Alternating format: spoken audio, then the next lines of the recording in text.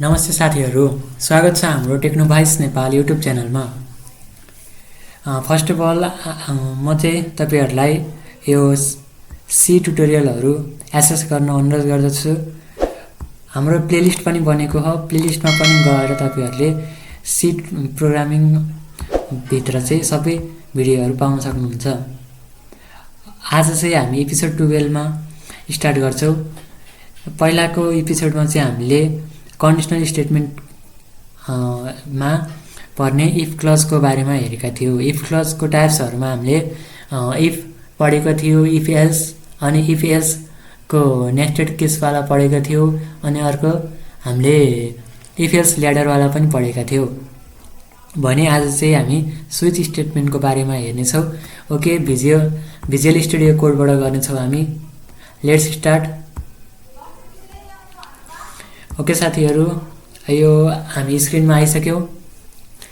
मैले चाहिँ यहाँ थोरै चेन्ज गरेको छु। यो मेरो पहिलेका फाइलहरुलाई चाहिँ है, यो पहिलाको फाइलहरुमा चाहिँ हामी सिधै र्यान्डम नामहरु राखेका थियौं। मैले चाहिँ एपिसोड अनुसार राखिदिए अनि यो मैले भिडियोमा बनाइन।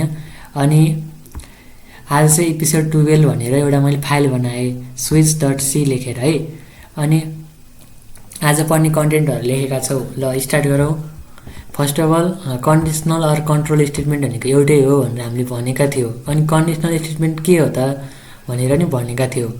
व्हाट इज कन्डिसनल स्टेटमेन्ट भनेका थियौं हैन। And the block of code which is only executed after checking the condition set by programmer। अनि यस्तो कोडहरु जुन चाहिँ प्रोग्रामरहरुले सेट गरेको कुनै कन्डिसनहरु मिट भए, सेटिस्फाई भए मात्र एक्जिक्युट हुन्छ भने त्यस्तो कोडहरु चाहिँ कन्डिसनल स्टेटमेन्ट हो। तिनीहरुले चेक गर्छ, यदि त्यो ठीक छ भने बल्ल त्यो रन हुन्छ, नत्र भने हुँदैन। त्यस्तो खालको चाहिँ कन्डिसनल स्टेटमेन्ट हो। हामीले त्यसमा इफ क्लजहरुको हेर्यौ, अगाडिको एपिसोड 1 मा गएर एपिसोड 11 मा गएर हेर्यौ भने यहाँ हामीले एपिसोडमा चाहिँ यो एपिसोडमा चाहिँ इफ एल्स नेस्टेड अनि इफ एल्स ल्याडर हेरेर हामीले एक्जाम्पलहरु थुप्रै गरेका हौ। एउटा एकुन्टा सबैको एक्जाम्पल गरेर छोडेका छौं है त। अब आज चाहिँ स्विच को बारेमा पढ्ने छौं।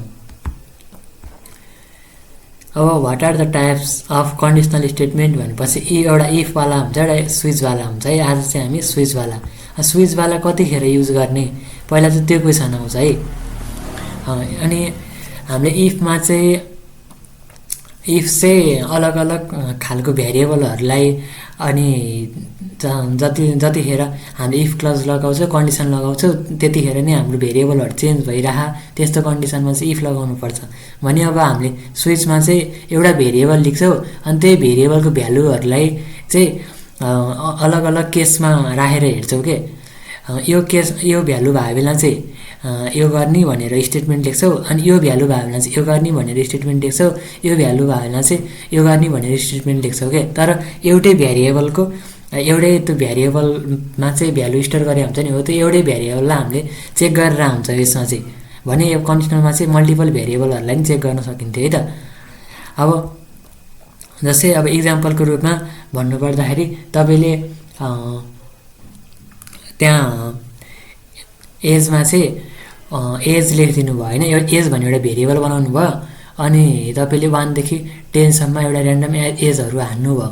अनि हान्दाखेरि तपाईले 1 यदि कसैले 1 थिच्छ भने चाहिँ तलपट्टि अनि तपाईले के भन्न सक्नुहुन्छ, केसमा चाहिँ के लेख्न सक्नुहुन्छ, प्रिन्ट 1 भनेर भन्न सक्नुहुन्छ। यदि टाइप गर्दाखेरि इनपुटमा चाहिँ युजरले 2 इनपुट गर्छ भने योर एज इज 2 भनेर भन्न सक्नुहुन्छ। त्यस्तो केसमा चाहिँ हामीले के गर्छौं, स्विच स्टेटमेन्ट युज गर्छौं है। हो, अनि त्यस्तो केसमा चाहिँ त्यो एउटै भेरिएबललाई कम्पेयर गरेर चेक गरेर अनि स्टेटमेन्टहरु एक्जिक्युट गर्ने केसमा चाहिँ स्विच केसबाट गर्दाखेरि राम्रो हुन्छ के, बेटर रिजल्ट आउँछ। हामीले यो व्हेन टु युज स्विच पनि भन्यौ। अब यसको एक्जाम्पलै हेरेर गर्छौं। अनि स्विचको सिन्ट्याक्स भन्छु म पहिला है त। जस्तै अहिले मैले भने जस्तै एउटा स्विच भन्ने यसको चाहिँ यतापट्टि हामीले इफ लेख्थ्यो भने यता चाहिँ स्विच लेख्नु पर्यो। इफ भित्र कन्डिसन लेख्थ्यो भने अब यहाँ चाहिँ भेरिएबल लेख्नु पर्यो। कुन भेरिएबलको भ्यालु चाहिँ चेक गर्ने हो नि त हामीले। हो, त्यो भएर भेरिएबल लेख्ने। अब जस्तै एज भन्ने अहिलेको केसमा एज थियो भने अब हामीले भेरिएबलमा एज राख्नु पर्यो, भेरिएबलको ठाउँमा एज राख्ने। अहिले एक्जाम्पल हेर्छौं। तलपट्टि केस भ्यालु 1 रे। अब केसमा चाहिँ भ्यालु राख्ने, केस 1 भनेर राख्यो भने तलपट्टि 1 आउँदाखेरि चाहिँ 1 हुँदाखेरि चाहिँ त्यो एज 1 हुँदाखेरि चाहिँ के स्टेटमेन्ट लेख्ने त, प्रिन्ट गराउनु पऱ्यो, के स्टेटमेन्टहरू एक्जिक्युट गराउनु पऱ्यो, त्यो चाहिँ स्टेटमेन्ट भन्ने ठाउँमा राख्ने। त्यो सिन्ट्याक्स हो नि त, मैले सेट है त। अनि त्यसलाई ब्रेक गऱ्यो भने चाहिँ स्विच स्टेटमेन्टबाट हामी बाहिरिन्छौँ भने अब हामीले ब्रेक गरेनौँ भने चाहिँ फेरि यो ब्रेक हामीले लेख्न बिर्स्यौँ भने चाहिँ फेरि अरू तलपट्टि पनि जान्छ। यो माथिको एक्जिक्युट भयो भने तलपट्टि पनि जान्छ, फेरि त्यो एक्जिक्युट भयो भने तलपट्टि पनि जान्छ।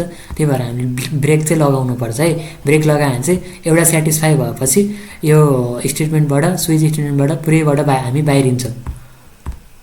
अब त्यसरी नै अब अर्को भ्यालु केस भ्यालु 2 राख्यो, अब एज 2 जस्तै भयो। अब यसमा चाहिँ 2 राख्यो भने चाहिँ एज 2 हुँदाखेरि के गर्ने भनेर चाहिँ त्यो स्टेटमेन्ट 2 भन्नेमा राखिदिनु पऱ्यो हामीले, अनि ब्रेक लगाउनु पऱ्यो। त्यसरी नै इन्फाइनाइट स्टेपहरू यहाँ जतिवटा नि स्टेपहरू हुनसक्छ होइन। मैले चाहिँ एनसम्म त्यसरी डट डट लगाइदिएँ, अनि भ्यालु एनसम्म लगाएर स्टेटमेन्ट एन ब्रेक गरिदिएर देखाइदिएँ है त। लास्टमा डिफल्ट भन्ने नि हुन्छ। यदि यो कुनै पनि कन्डिसन मिट भएन भने चाहिँ हामीले कुन स्टेटमेन्टहरू रन गर्ने त्यस्तो नि कोही बेला हुनसक्छ होइन। हो त्यतिखेर चाहिँ हामीले डिफल्ट भन्ने एउटा बनाएर लास्टमा लेख्न सक्छौँ। डिफल्ट लेख्ने, अनि त्यहाँ स्टेटमेन्ट लेख्ने, अनि त्यसलाई कर्ली ब्र्याकेट लगाएर बन्द गरिदिने स्विचलाई है त। ओके, अब हामी अनि यो सबैको हामी हेरेपछि एउटा इक्जाम्पल प्रोब्लम पनि हामी गर्नेछौँ। ओके, फर्स्ट चाहिँ हामी प्रोग्रामको हेडर फाइलहरूबाट स्टार्ट गर्दै जाउँ।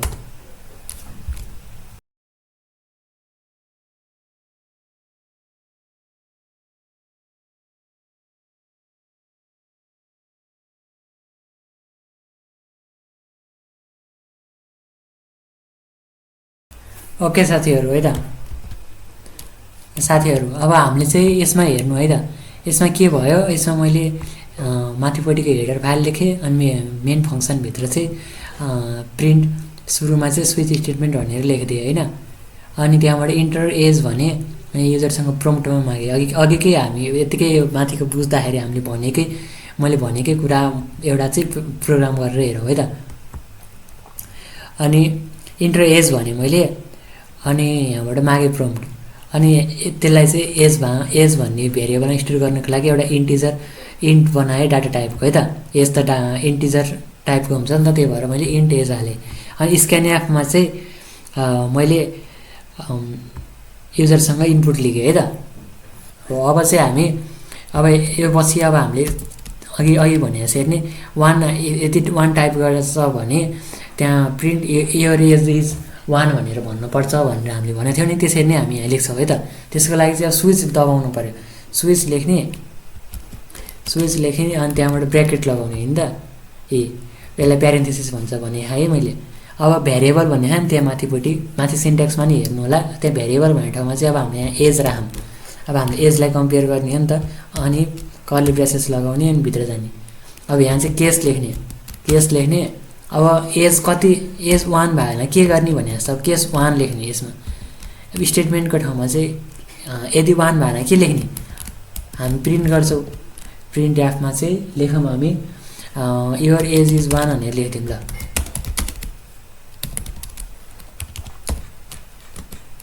भयो नि त, यसलाई ब्रेक गरौँ। अब त्यसरी नै केस 2 भयो भने के गर्ने, केस 3 भयो भने के गर्ने खालको है त। डुप्लिकेट गर्दै जान्छु, यसलाई 5 सम्म गर्छ।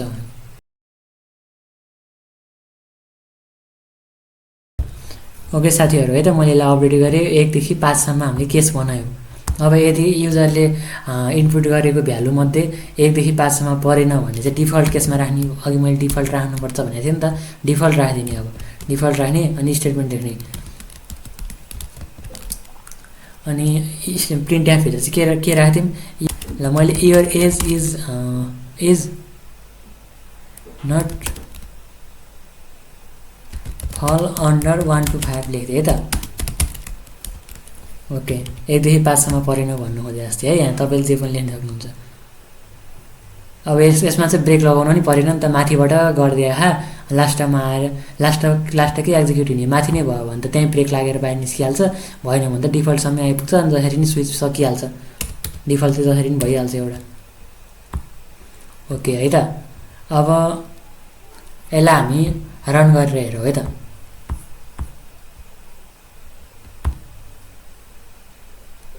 ओके, तलपट्टि है रन भयो successfully. Switch statement in C भनेर माग्यो,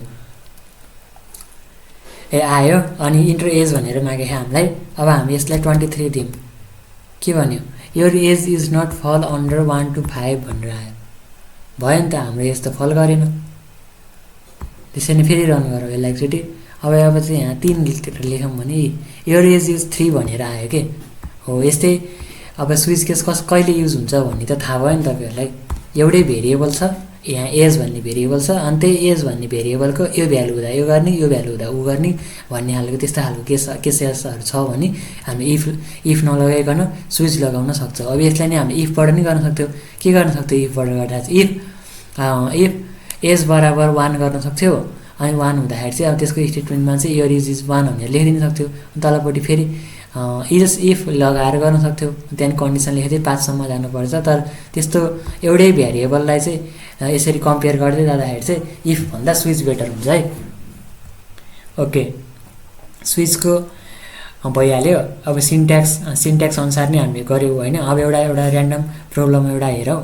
त्यो चाहिँ डेवाला प्रब्लम हेरौँ है त हामी। डेवाला प्रब्लम छ नि एउटा, त्यसमा चाहिँ हामीले के गर्नुपर्छ भन्दाखेरि 1 देखि 7सम्मको एउटा नम्बर इन्टर गर्ने। अब 1 इन्टर गऱ्यो भने चाहिँ सन्डे भनेर प्रिन्ट गरिदियो। अनि 2 गऱ्यो भने मन्डे। त्यसरी नै हुँदै गर्दाखेरि 7 इन्टर गऱ्यो भने चाहिँ स्याटरडे। अब 1 देखि 7 बाहिरको कुनै नम्बरहरू इन्टर गऱ्यो भने चाहिँ युजरले के भनौँ इनभ्यालिड इनपुट भनेर भनिदियो है त। त्यस्तै खालको एउटा कोड लेखौँ त्यसको लागि चाहिँ हामीले एजवाला चाहिँ हटाइदियो, कमेन्ट आउट गरिदियो है त पहिला।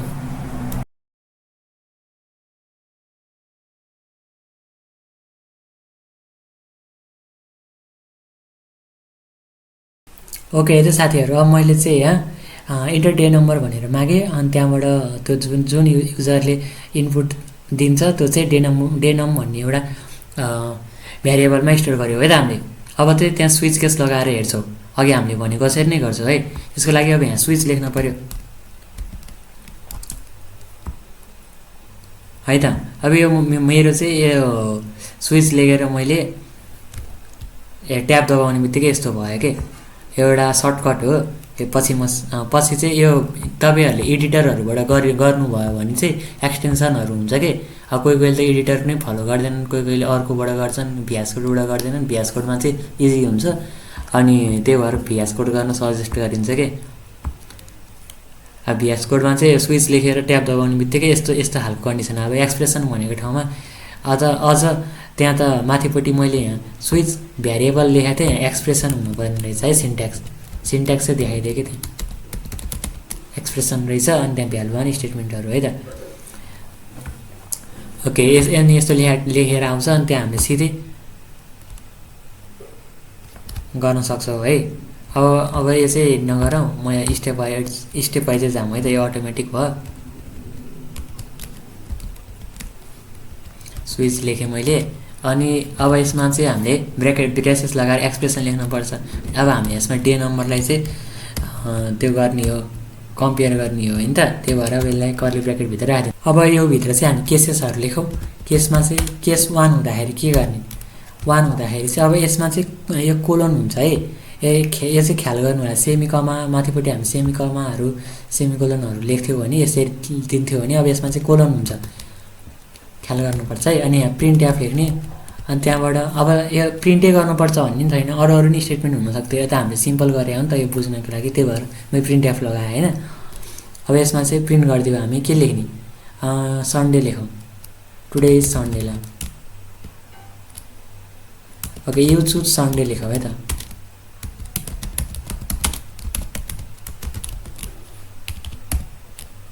ओके, अब यहाँ ब्रेक त लगाउनु परिहाल्यो। रोक्नु है त, एकचोटि ब्रेक नलगाइकन हेरौँ है त के हुन्छ। अब यसलाई डुप्लिकेट गर्दै जान्छु म।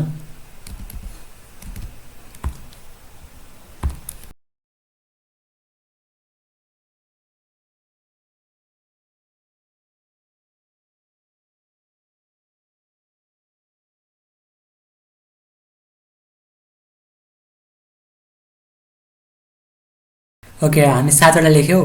अब मैले सबै प्रिन्ट के गर्नुपर्छ 7 सम्मको लेखेँ है। अब एउटा डिफल्ट पनि राखेँ।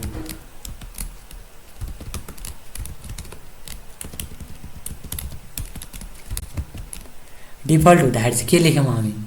इनभ्यालिड इनपुट लेखिदिउँ न त। Invalid input. ओके, यो पछि चाहिँ हामी एउटा लाइन लगाइदिउँ है त। अब यसमा चाहिँ के हुन्छ, हाम्रो इनपुट चाहिँ डेनम भन्ने भ्यारिएबलमा गएर स्टोर हुन्छ। त्यो 1 छ भने त्यसरी नै प्रिन्ट हुँदै जान्छ, त्यही हो। अनि 7 सम्म त्यसरी प्रिन्ट हुन्छ। केही नै भएन भने चाहिँ इनभ्यालिड इनपुट भन्छ, सकिन्छ हैन त। फेरि यसलाई पनि रन गरेर हेरौँ। ल यसलाई इन्टर डे नम्बर भनेर 10 लगाउँ हामी। सरी है, यसमा चाहिँ 10 राखौँ है त। इनभ्यालिड इनपुट माग्यो हैन भन्यो। त्यसै गरी अब यहाँ 2 राखौँ। You choose Monday, you choose Tuesday, यस्तो भन्दै गयो।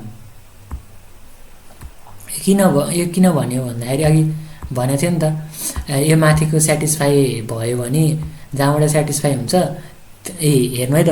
मलाई पनि थाहा छैन किनकि हामी ब्रेक लगाइरहेको थियो। त्यही भएर हामी ब्रेक लगाउनु पर्छ कि।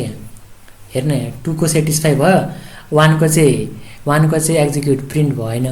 अनि 2 को सेटिस्फाई भएपछि 2 देखि तलको सबै प्रिन्ट हुँदै गयो। यो चुज ट्युसडे, वेडनेसडे, थर्सडे हुँदै इनभ्यालिड इनपुटसम्म डिफल्ट केससम्म गयो। है त्यसलाई फेरि एक्जिक्युट गरेर अब 4 हाल्यो है त। हामी के हुन्छ र अब 4बाट चाहिँ सबै एक्जिक्युट भयो, केस सेटिस्फाई भयो नि नभयो नि हुँदो रहेछ है त। त्यही भएर हामीले ब्रेक लगाउनुपर्छ। यहाँ ब्रेक लगाएपछि यो सबै सल्भ हुन्छ है। सबैलाई ब्रेक लगाएर हेरौँ। ओके साथीहरू, अब हेर्न सक्नुहुन्छ मैले माथिदेखि सबैमा ब्रेक लगाइसकेको छु। अब यसलाई फेरि हामी रन गरेर हेरौँ।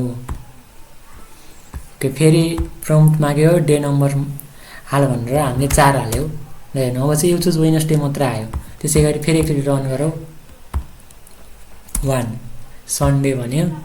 अब हामी 40 हान्यो भने चाहिँ इनभ्यालिड इनपुट भन्यो। ओके, यो स्विच स्टेटमेन्टको चाहिँ यस्तै थियो है। अब आउँदो आजलाई चाहिँ यति नै साथीहरू। आउँदो भिडियोमा चाहिँ हामीहरू यो कन्डिसनलबाट चाहिँ हामी 6-7वटा प्रब्लमहरू हेर्नेछौँ।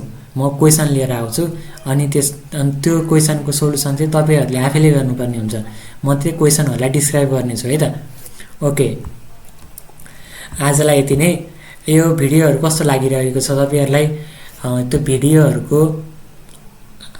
चाहिँ तपाईँलाई कस्तो लागिरहेको छ अनि आफ्नो कमेन्टहरू दिनुहोला।